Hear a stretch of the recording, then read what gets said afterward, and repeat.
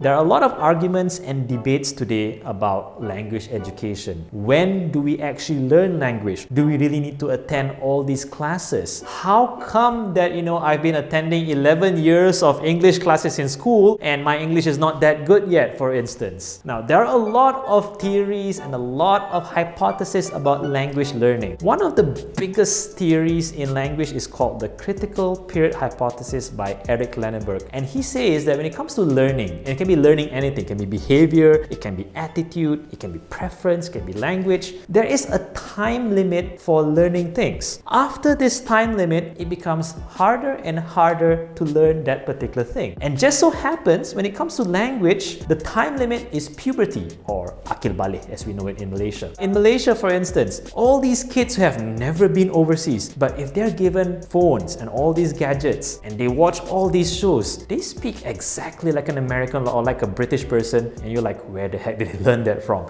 It's because exposure, early exposure, helps in the development of language. If you learn a language after the critical period, you can still learn it, but it becomes harder and harder and harder over time, and that language begins to be influenced by your first language. So let's say if Malay is your first language, so if you were to learn English after puberty, that English that you learn will be influenced by Malay in terms of understanding and in terms of pronunciation. So of course, there may be an argument. If let's say, you can learn language this easily, just expose our kids when they're young. What's the point of education? The purpose of education is about giving equal opportunities to everyone. Not everybody has a phone at home. For example, during this PKP, this MCO, whatever you want to call it, when it comes to online learning, some families or maybe a lot of families are struggling because some don't even own laptops. Some have to share phones in a family of 7 just to attend online classes. Education is meant to bridge social disparity to make sure that everybody has equal chance. For instance, there are some people who have lived in a particular kampong or particular place in Malaysia and they have never met other races. Some may not have internet access. Education gives this exposure that is needed. And for those who already have this exposure, the purpose of education is to guide them so that they know whether they are right or wrong, and so they don't have that ego, like, oh, I'm better than you. No, that's not the point. And then there's another misunderstanding. Okay, then how about this TESOL degree or linguistics degree? There is this myth that,